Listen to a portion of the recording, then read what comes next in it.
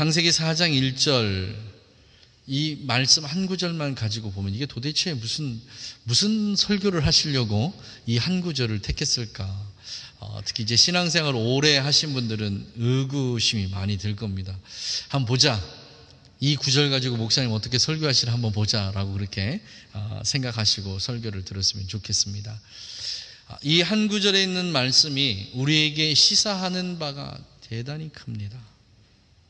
이 말씀 우리가 잘 묵상해 보면 무엇이 실패가 되었고 우리가 무엇을 어떻게 해야 하나님으로부터 새로운 삶을 보장받을 수 있겠는가 하는 겁니다.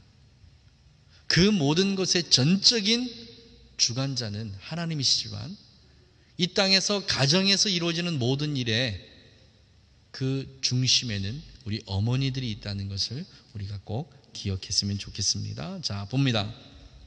아담이 그 아내 하와와 동침하매라고 그렇게 기록이 됩니다. 그런데 이 동침이라는 단어가 부부관계라고 생각만 하면 우리는 참 많은 것을 잊어버리게 됩니다. 그리고 잃어버리게 됩니다.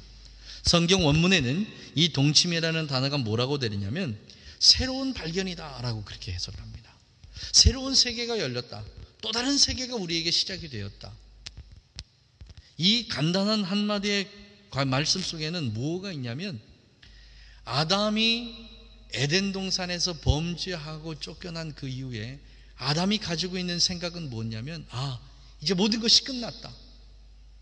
하나님께서 이제 나를 버리신 것이고 우리는 에덴 동산에서 쫓겨난 것이다. 우리에겐 더 이상 희망이 없고 소망이 없고 모든 것을 다 잃어버린 그런 인생이 될 수밖에 없다. 그런 절망 가운데서 에덴 동산을 나오게 됩니다. 그런데 에덴 동산을 나왔는데 하와와 자기 사이에 아들이 생겨난 겁니다. 그 아들이 생겨난 걸 보고 무엇을 생각하냐면 우리에게 새로운 소망이 생겨났다. 새로운 세계가 열렸다. 비록 나는 실패했지만 나는 내 아들에게는 이 실패한 인생을 두 번 다시 물려주지 않겠다. 그래서 아담에게는 새로운 세상이 열려갑니다. 그래서 히브리적 사고로 본다면 우리 아이들은, 우리 자녀들은 자신이 남겨야 할 미래의 모습입니다. 이해가 되십니까? 왜 아담이 가인을 보고서 새로운 세상이 열렸다고 하는지 여러분 이것을 이해하셔야 됩니다. 오늘 이제 노아가 교회를 처음으로 나왔는데 이 노아는 우리 부모들이 그 아이에게 미래를 물려줘야 될 책임과 의무가 있다는 겁니다. 그 의무가 우리에게 있는 겁니다. 그래서 이 아이들은 자신이 남겨야 할 유산이기도 하지만 그래서 히브리인들의 생각은 뭐냐면 내 자녀는 내 삶 속에서 이루어진 결과의 열매다라고 그렇게 생각합니다. 이해되시죠? 자녀는 내 삶 속의 경과, 내가 어떻게 살아가고 있는지, 내 그 삶을 통해서 이 땅에 맺어진 열매다라고 그렇게 히브리인들은 자기 자녀들을 그렇게 생각합니다. 그러니 이 자녀가 나에게 얼마나 소중한 존재인가, 이 자녀 하나가 나에게 얼마나 귀한 존재인가, 바로 이 얘기입니다. 가인의 이름이 바로 이 뜻입니다. 이 가인의 이름을 보면 아담과 하와의 생각이 얼마나 다른지 우리가 그것을 알 수 있습니다. 자, 다시 한번 본문을 보겠습니다. 가인입니다. 아담이 그 아내 하와와 동침하매 하와가 잉태하여 가인을 낳고 이르되, 지금 누가 얘기하는 겁니까? 아담이 아닙니다. 하와입니다. 아담의 세계와 하와의 세계가 전혀 다른 세계가 열려갑니다. 4장 1절 말씀을 보면 아담은 새로운 세상을 열어가면서 새로운 기대와 소망과 뭔가 비전을 가지고 가인을 바라보게 됩니다. 그런데 하와는 아닙니다. 하와가 잉태하여 가인을 낳고 이르되 내가 여호와로 말미암아 등남하였다. 이 가인이라는 뜻이 뭐냐면 여호와로 말미암아 등남하였다라는 그 이름의 뜻이 바로 가인이라는 뜻입니다. 자, 여기서 우리는 히브리 언어로 이 득과 남을 구분을 할 필요가 있습니다. 득이다 하면 내가 얻었다, 어떤 소유를 가졌다. 그런데 이 문제는 이 뒤에 따라가 문제입니다. 이 남이라는 히브리의 원문에 뭐라고 됐냐면 남자, 남편, 이런 뜻입니다. 그러니까 하와의 마음속에는 가인을 낳았는데 어떤 생각을 가졌냐면, 이게 어린아이가 아닙니다. 젖먹이는 어린아이가 아니에요. 무슨 생각을 가졌냐면, 이 아이는 남자다는 겁니다. 이 아이는 남편이라는 뜻입니다.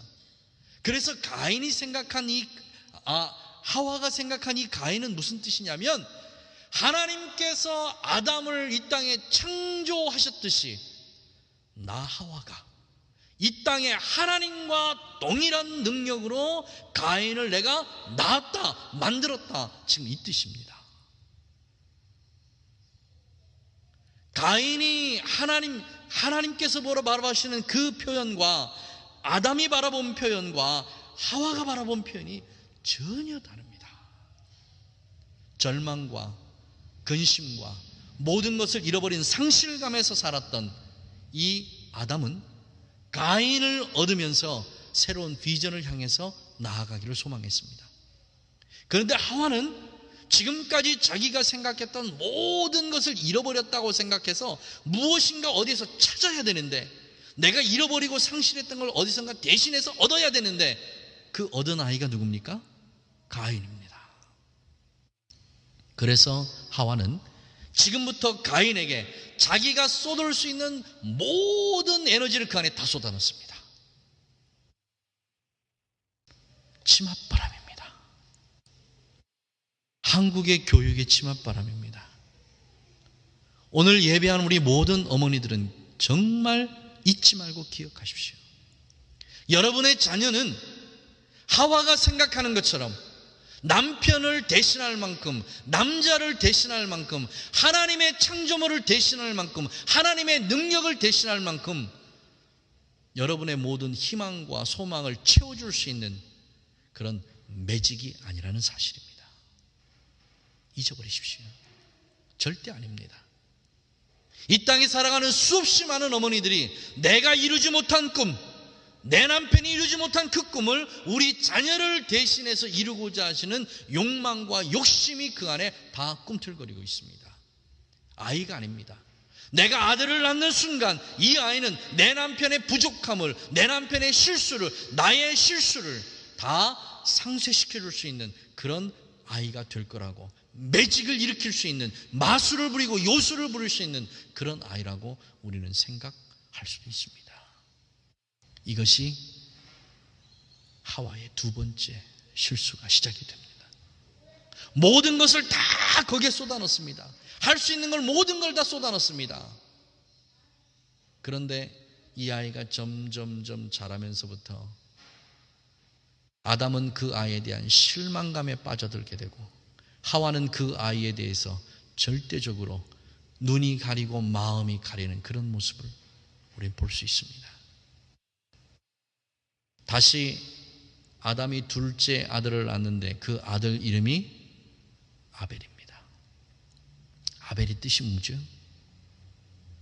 여러분 혹시 아벨이라는 뜻을 찾아보신 적 있습니까? 그 아벨이라는 뜻은 이겁니다. 보입니까? 안 보이죠? 바로 이겁니다. 허망하다, 허탈하다, 나에겐 더 이상 소망이 없다, 나는 모든 것에 대해서 더 이상 비전이 없다.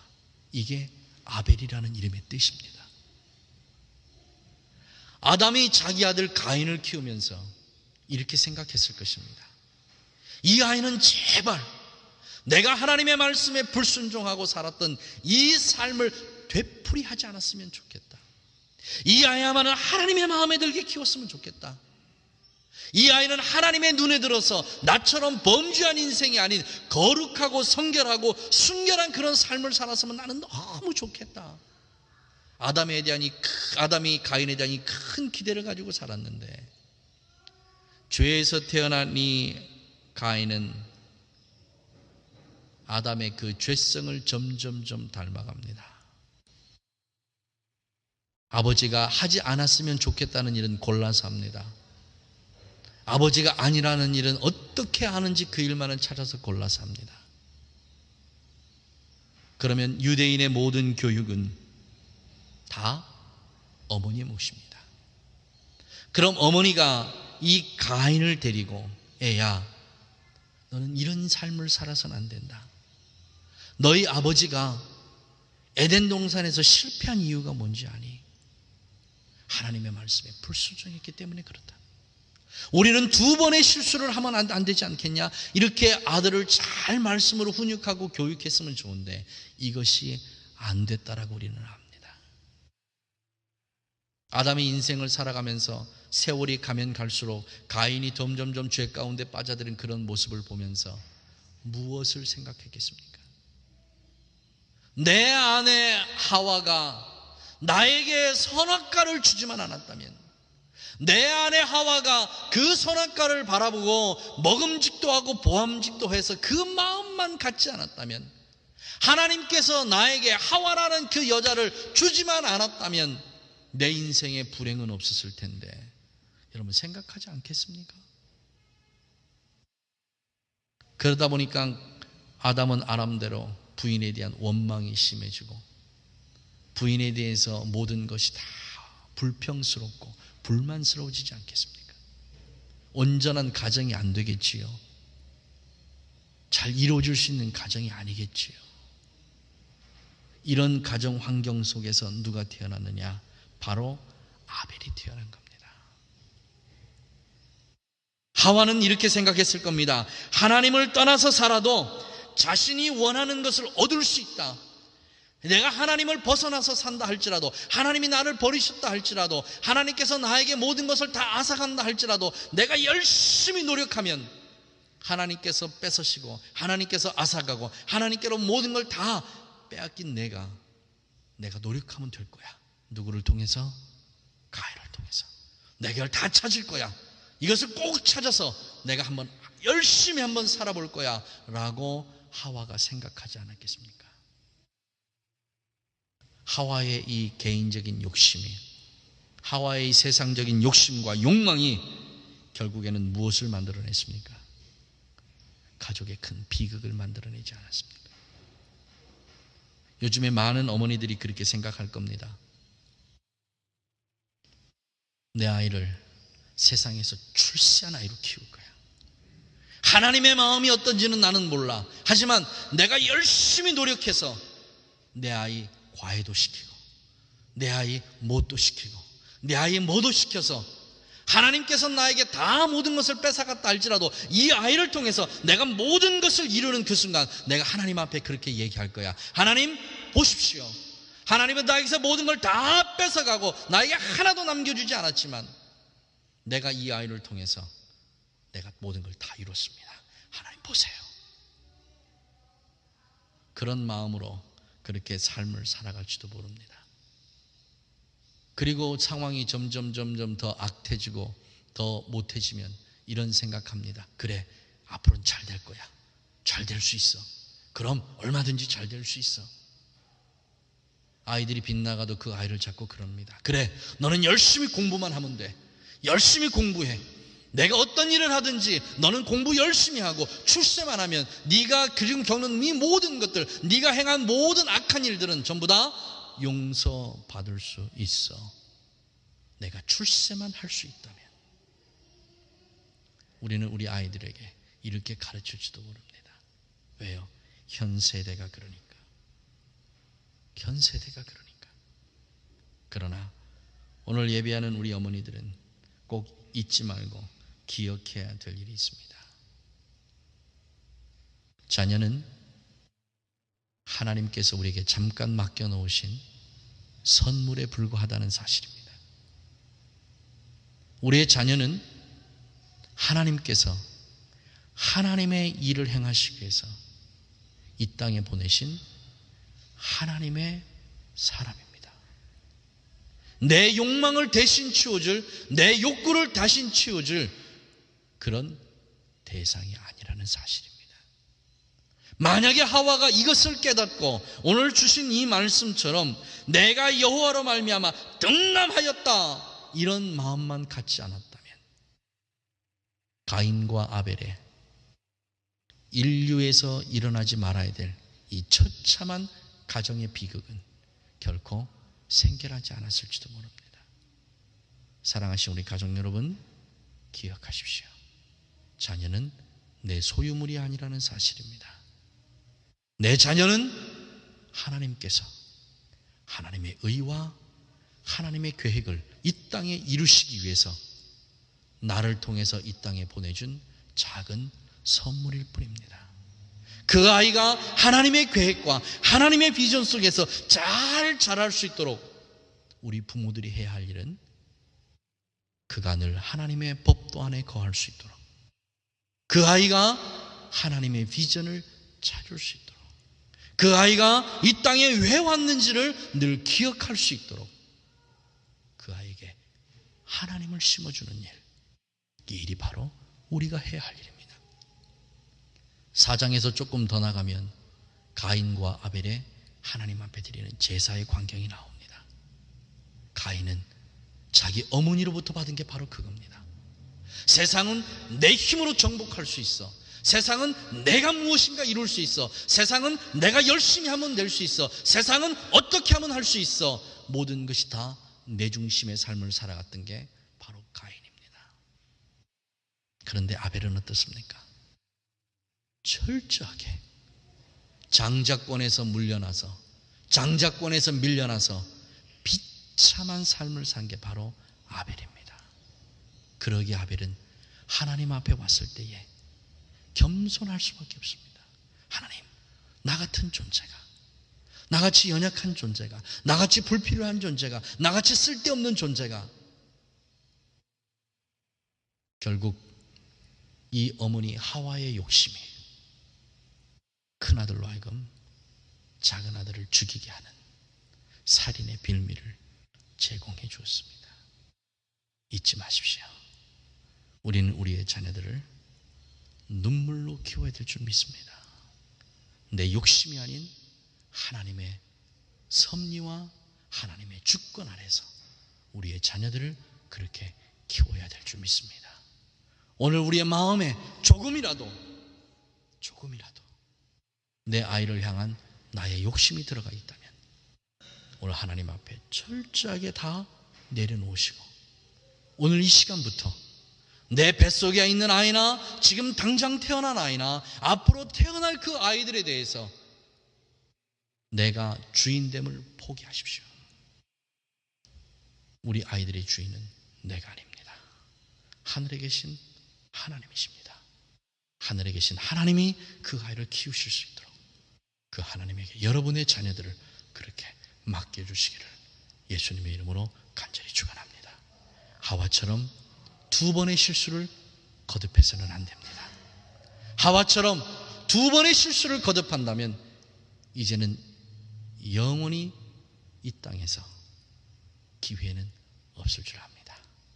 두 번의 실수는 안 되어야 됩니다. 살아계신 우리 어머니들 꼭 기억하십시오. 우리의 자녀들은 내 것이 아닌 하나님의 소유물입니다. 기도하겠습니다. 살아계신 하나님, 오늘 주님의 귀한 어머니들이 그리고 우리 가족들이 함께 모여서 하나님 앞에 기도하는 어머니가 되기 위하여, 우리의 자녀들을 위해서 울 수 있는 어머니들이 되기 위해서, 자녀가 나의 소유물이 아닌 하나님의 소유라는 것을 선포하기 위해서 이 시간 주님 모였사오니 이 예배를 통하여 이것이 우리의 마음에 확증되게 하시고 우리의 마음속에 굳게 자리 잡게 하셔서 하와가 범했던 두 번의 실수가 우리의 삶에 이루어지지 않도록 은혜를 더하여 주시고 우리 자녀들을 그저 하나님 앞에 있는 그대로 올려드릴 수 있는 저희들 되도록 역사하여 주시옵소서. 예수님의 이름으로 기도하옵나이다. 아멘.